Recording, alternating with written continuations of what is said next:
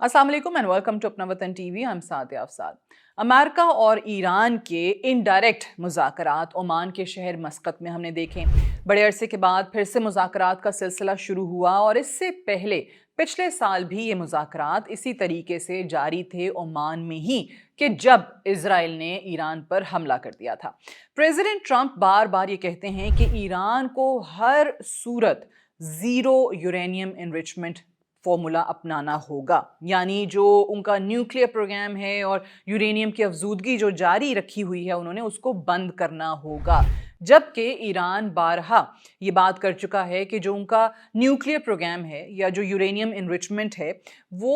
पूरे का पूरा प्रोसेस पुरअमन मकासद के लिए है और वो अपने मुल्क के लिए, अपने मुल्क की सलामती के लिए इसको जारी रखेंगे, इस पर कोई कॉम्प्रोमाइज़ नहीं करेंगे। अब ओमान में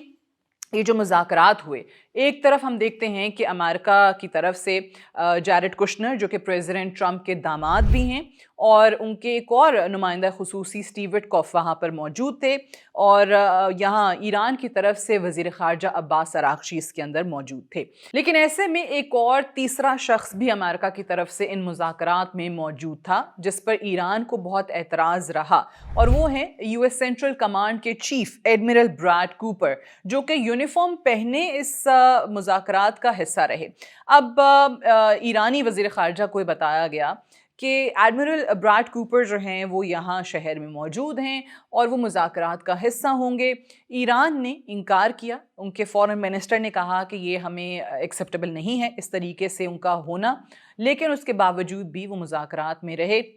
अच्छा, व्हेन आई से इनडायरेक्ट मुज़ाकरात, ये नहीं है कि आमने सामने बैठे हुए हैं। जो ओमान के वज़ीर ख़ारजा हैं उनके थ्रू मैसेजेस कन्वे हो रहे हैं एक पार्टी से दूसरी पार्टी को और फिर वापस जो भी जिसने भी कहना था वो वहाँ ओमानी वज़ीर ख़ारजा एक दूसरे तक पहुँचा रहे थे। अब ईरान की तरफ से ऑब्वियसली इसको किस तरीके से देखा गया कि एक यूनिफॉर्म्ड एडमिरल जो कि US सेंट्रल कमांड का चीफ़ है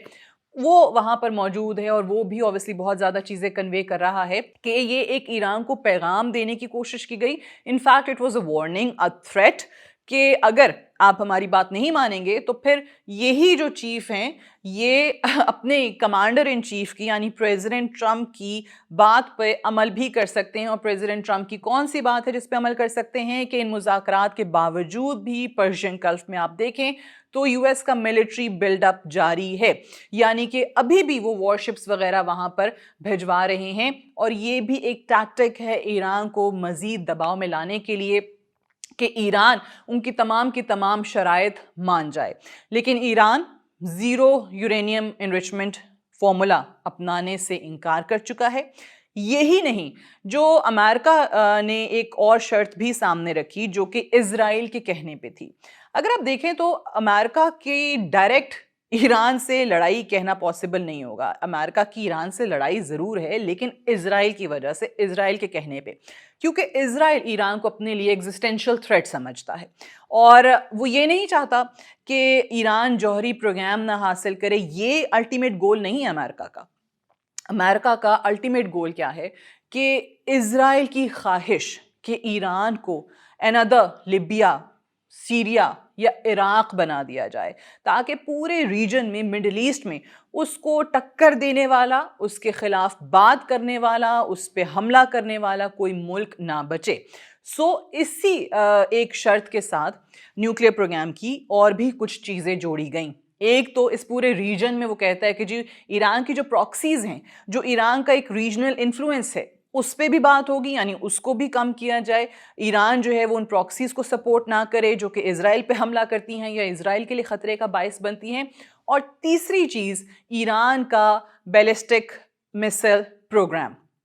अब missile program, missile technology Iran की इतनी एडवांस हो चुकी है कि अगर आप देखें तो सैकड़ों की तादाद में मिसाइल्स आपको 12 रोज़ की जो इजराइल और ईरान की जंग थी उसमें उनका इस्तेमाल नज़र आता है। इनफैक्ट इसमें उन्होंने ड्रोन्स को भी शामिल कर लिया क्योंकि ड्रोन्स और मिसाइल्स ये दो वो वाहिद चीज़ें थीं जिनका इस्तेमाल आपको ईरान की तरफ से नज़र आया और इजराइल के लिए कि उनका जो आयरन डोम सिस्टम है, जो डिफेंस सिस्टम है, वो भी नाकाम हो गया था इन हमलों को, इन ड्रोन्स को, इन मिसाइल्स को रोकने के लिए।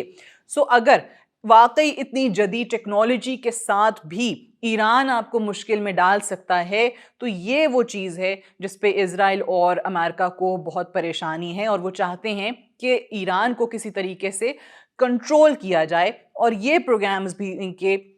یہ جو ٹیکنالوجی میں اتنی ایڈوانسمنٹ آپ کو نظر آتی ہے، اس کو بھی کسی طریقے سے روکا جائے۔ آن دی ادر ہینڈ ایران کا موقف بہت واضح ہے، یہ ہم اپنے لیے کر رہے ہیں، اپنے ملک کے لیے کر رہے ہیں، اپنی عوام کے لیے کر رہے ہیں، یہ ہماری ملک کی سلامتی کا اور بقا کا معاملہ ہے، لہٰذا اس پہ کوئی کمپرومائز نہیں ہوگا۔ ہم میں سے بہت سارے لوگ یہ بات بھول جاتے ہیں کہ پریزیڈنٹ ٹرمپ جب پہلی بار امریکہ کے صدر بنے تو اس سے پہلے امریکہ اور ایران کی ایک ڈیل ہو چکی تھی۔ 2015 میں امریکہ اور دیگر مغربی ممالک نے یہ ڈیل کی تھی، joint comprehensive plan of action جس کو کہا جاتا ہے، اور جس کو بہت زیادہ لوگ امریکہ اور ایران کی نیوکلیئر ڈیل کے نام سے بھی یاد کرتے ہیں۔ لیکن 2018 میں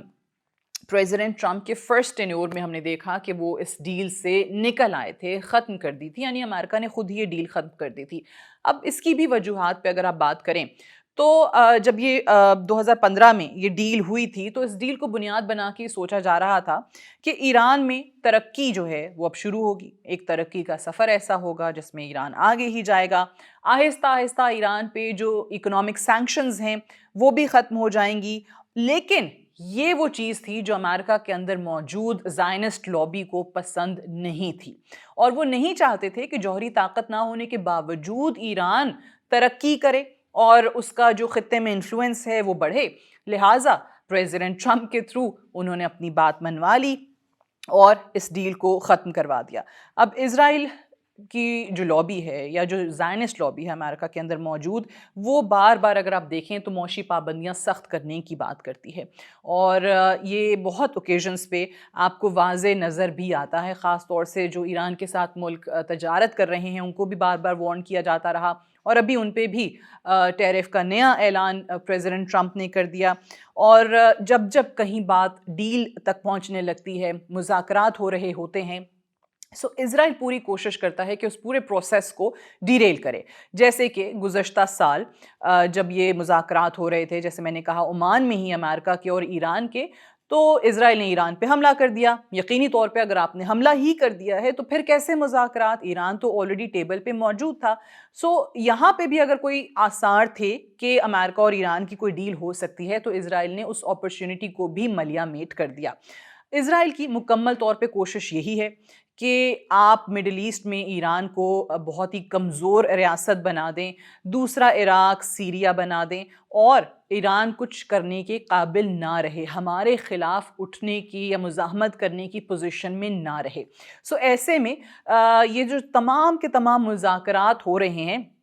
یہ صرف اور صرف ایک ڈرامہ ہے، یہ ایک ڈھونگ رچایا جا رہا ہے۔ اسرائیل کو یا امریکہ کو جب پھر سے پرابلم ہوگا ایران پہ، یا جب پھر ٹھان لی کہ جی اب ہم نے حملہ کرنا ہی ہے، تو یہ حملہ بھی کر دیں گے۔ حملہ کرنے سے نہ امریکہ کو نہ ہی اسرائیل کو کوئی روک رہا ہے، اور ایران کو بار بار ٹیبل پہ آنے کا کہنا اور دھمکانا، لیکن اپنا ملٹری بلڈ اپ بھی پرشین گلف میں جاری رکھنا، یہ سارے کا سارا آپ کو ایک ڈرامے سے زیادہ کچھ نہیں لگتا۔ ریجیم چینج کی کوشش کی گئی ایران کے اندر، جو مہنگائی کے نام پہ پروٹیسٹ شروع ہوئے تھے ان کا استعمال کرتے ہوئے، جب نظر آیا کہ اب وہ ہم ریجیم چینج آپریشن میں بھی ناکام ہو گئے ہیں، تو پھر آپ کو مذاکرات پہ مجبوراً آنا پڑا ایران کی ملٹری اسٹریٹجی کو دیکھتے ہوئے جو انہوں نے اسرائیل کے خلاف 12 روز اپنائی تھی۔ اور یہی وہ وجہ ہے کہ اس وقت تک جب تک آپ دوبارہ اس پوزیشن میں نہیں ہوتے ہیں یا فیصلہ نہیں کرتے ہیں کہ ایران پہ حملہ کرنا ہے، تب تک مذاکرات کا یہ ڈھونگ ایسے ہی رچایا جاتا رہے گا۔